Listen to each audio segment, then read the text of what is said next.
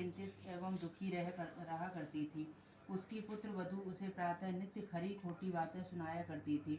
इसीलिए बुढ़िया प्रतिदिन अत्यंत चिंतित और उदास भाव से घर के बाहर स्थित एक कुएं की जगत पर बैठकर रोया करती थी। एक दिन उस कुएं में से दिए की माँ नामक एक स्त्री निकली और बुढ़िया से पूछा, ओ बूढ़ी माँ, तुम इस तरह से बैठकर क्यों रोती हो? तुम अपना दुख मुझसे कहो, मैं तुम्हारे दुख को दूर करने का भरसक प्रयास करूंगी। बुढ़िया ने उस स्त्री से ऐसे प्रश्न सुनकर भी उसका उत्तर नहीं दिया और उसी तरह बैठकर रोती रही। इस दिए की माँ द्वारा बार बार एक ही प्रश्न दोहराए जाने से वह बुढ़िया झुंझलाकर बोली, तुम मुझसे बार बार ऐसा क्यों पूछ रही हो? क्या सचमुच ही तुम मेरा दुख दूर कर सकोगी? बुढ़िया की बात सुनकर दिए की माँ ने उसे उत्तर दिया, मैं अवश्य ही तुम्हारे दुख का दूर करने का प्रयास करूंगी। बुढ़िया ने कहा, मेरा बेटा कमाने के लिए परदेश चला गया है। उसके न रहने पर मेरी बहू मुझे हमेशा बुरा भला कहती रहती है। मेरे दुख का यही एकमात्र कारण है। बुढ़िया की बात सुनकर दिए की माँ ने उससे कहा, इस वन में तुम संकटा माता निवास करती हैं। तुम अपना दुख उन्हें सुनाकर विनती करो। वे बहुत ही कृपालु हैं। उन्हें दुखियों के बहुत सहानुभूति है। वे निसंतानों को संतान, निर्धनों को धनवान, निर्बलों को बलवान और अभागों को भाग्यवान बनाती हैं। उनकी कृपा से सौभाग्यवती स्त्रियों का सौभाग्य अचल हो जाता है। कुंवारी कन्याओं को इच्छित वर की प्राप्ति होती है। रोगी अपने रोग से मुक्त हो जाता है। इसके अतिरिक्त और जो भी इच्छा हो उन सभी को पूरा करती हैं। इसमें संदेह नहीं है। दिए की माँ से ऐसी बात सुनकर बुढ़िया संकटा माता के पास गई और उनके चरणों में गिरकर साष्टांग दंडवत करके विलाप करने लगी। संकटा जी ने दयाद्र होकर बुढ़िया से पूछा, बुढ़िया, तुम किस दुख के कारण रो रही हो? बुढ़िया ने कहा, हे माता, आप तो सब कुछ जानने वाली हैं। आपसे कुछ भी छिपा नहीं है। आप मेरे दुख को दूर कर दें। बुढ़िया की बात सुनकर संकटा माता ने कहा, तुम पहले मुझे अपना दुख बताओ। संकटा माता को ऐसे कहने पर बुढ़िया ने कहा, मेरा लड़का परदेश चला गया है। उसके घर में न रहने से मेरी बहू मुझे तरह तरह की बातें सुनाती रहती है। इसी कष्ट के कारण मैं विवश होकर रोती रहती हूँ। बुढ़िया की दर्द भरी बात सुनकर संकटा माता ने कहा, तुम घर जाकर मेरे लिए मनौती मांग लो कि हे माँ संकटा माता, यदि मेरा लड़का सकुशल घर वापस आ जाएगा तो मैं आपकी पूजा करूंगी और सुहागिन स्त्रियों को आमंत्रित करके उन्हें भोजन कराऊंगी। माता संकटा के कथा अनुसार उस बुढ़िया ने घर आकर लड्डू बनाए, परंतु विचित्र बात यह थी कि जब भी बुढ़िया 7 लड्डू बनाती तो 7 की जगह 8 लड्डू बन जाते। इस कारण से बुढ़िया बहुत ही असमंजस में पड़ गई कि ऐसा होने का क्या कारण है। कहीं मेरी गलती से गिनती करने में जो भूल नहीं हो रही है, अथवा अपने आप 8 लड्डू बन जाने का कोई अन्य कारण है। उसी समय वृद्ध स्त्री के वेश में माता संकटा प्रकट हुई और बुढ़िया से कहा, क्यों बुढ़िया, आज तुम्हारे यहाँ कोई उत्सव है क्या? यह सुनकर बुढ़िया ने कहा, हाँ, आज मैंने संकटा जी के लिए सुहागिन स्त्रियों को भोजन कराने का निमंत्रण दिया है, किंतु जब गिनकर 7 लड्डू बनाती हूँ तो वे लड्डू अपने आप ही 8 बन जाते हैं। बुढ़िया की बात पर संकटा जी ने कहा, क्या तुमने किसी बुढ़िया स्त्री को भी आमंत्रित किया है? बुढ़िया कहने लगी, नहीं, मैंने तो ऐसा नहीं किया, परंतु तुम कौन हो? माता संकटा जी ने कहा, मैं बुढ़िया हूँ, मुझे ही तुम आमंत्रित कर दो। ऐसा सुनकर बुढ़िया ने उस संकटा रूपी पधारी बुढ़िया को भोजन के लिए आमंत्रित कर दिया। इसके बाद बुढ़िया के घर पर सभी आमंत्रित सुहागिनें आ पहुंची और बुढ़िया ने सबको लड्डू तथा अन्य मिठाई आदि का भोजन कराया। इससे माता संकटा जी की कृपा से उस रामनाथ के मन में अपनी माता एवं पत्नी से मिलने के लिए प्रबल इच्छा उत्पन्न हो गई। सुहागिनों के भोजन करते ही उस बुढ़िया का लड़का परदेश से अपने घर आ गया। लड़के के आने की सूचना बुढ़िया को दी गई, लेकिन बुढ़िया अपने काम में लगी रही। उसने कहा, लड़के को बैठने दो, मैं सुहागनों को जिमाकर अभी आती हूँ।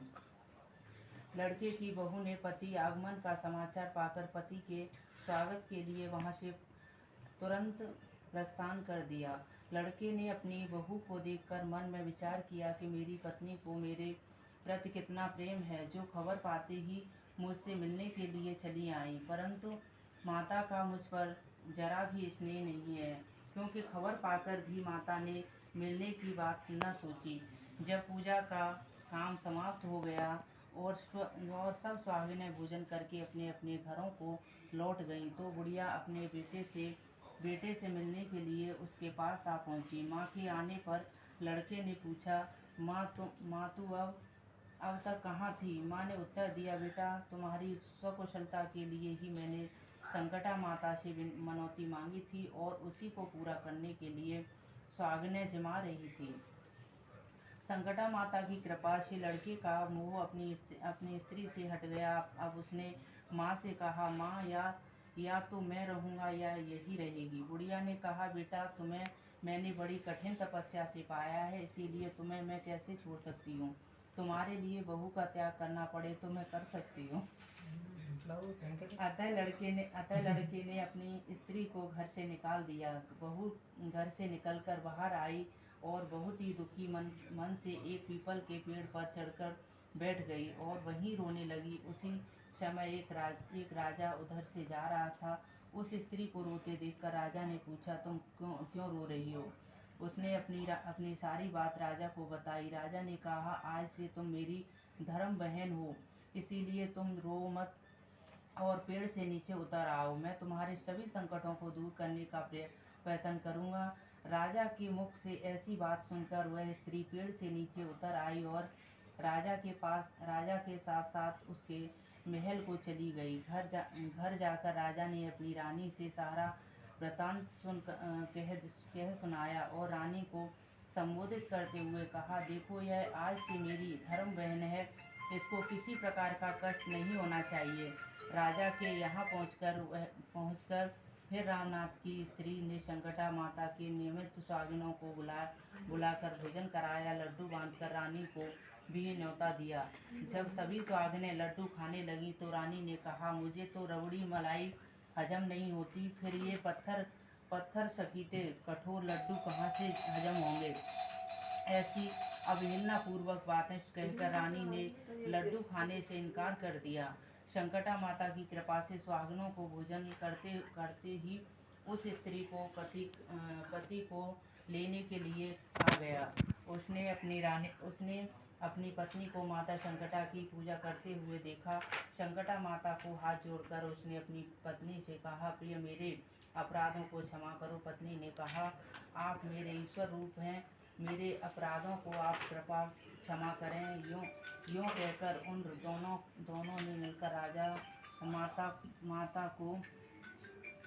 की सविधि पूजा की समाप्ति होने पर वे दोनों स्त्री पुरुष प्रसाद खा पीकर अपने घर जाने के लिए तत्पर हुए। जाते समय बहू ने रानी से कहा, मुझको जब दुख पड़ा तो मैं अपने धर्म भाई के साथ तुम्हारे घर चली आई, और यदि तुमको भी कभी किसी तरह का कष्ट पड़े तो तुम मेरे यहाँ निसंकोच भाव से चली आना। ऐसा कहकर बहू अपने पति के साथ राजा के महल में विदा हो गई और संकटा माता का निरादर करने के कारण रानी ने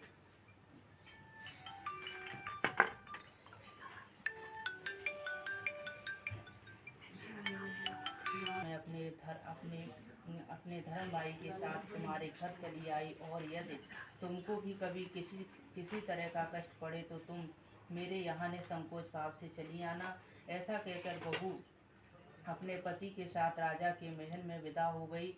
संकटा माता का निरादर करने के कारण रानी और संकटा माता का प्रकोप हो गया और बहू के जाने के बाद ही उसका सारा राज्य नष्ट हो गया। ऐसी विपत्ति में पढ़कर रानी ने राजा से कहा, न मालूम तो यह तुम्हारी धर्म बहन कैसी थी कि उसके यहाँ से जाते ही यहाँ सब कुछ नष्ट भ्रष्ट हो गया।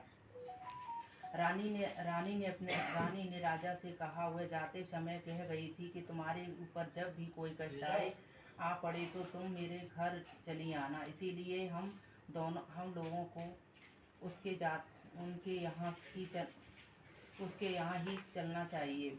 ऐसा निश्चय करके राजा रानी दोनों अपनी धर्म बहन के घर गए। वहाँ जाकर रानी ने कहा, बहन, तुम्हारे आते ही हमारी सारी संपत्ति नष्ट हो गई और हम लोग बहुत ही परेशान हैं। रानी की बात सुनकर उसने कहा, बहन, मैं तो कुछ नहीं जानती।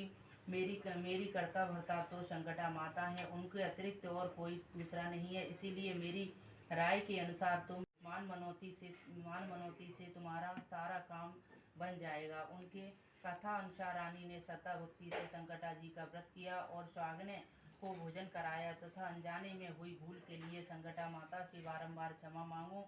माता संकटा प्रसन्न हो गई। रात में रानी को स्वप्न दिया कि तुम दोनों कल सुबह अपने घर को चले जाओ। वहां जाकर मेरी पूजा और व्रत करना तथा मेरे नियमित सुहागनों को जिमाना। ऐसा करने से तुम्हारा गया हुआ राजपाट तुम्हें फिर से वापस मिल जाएगा।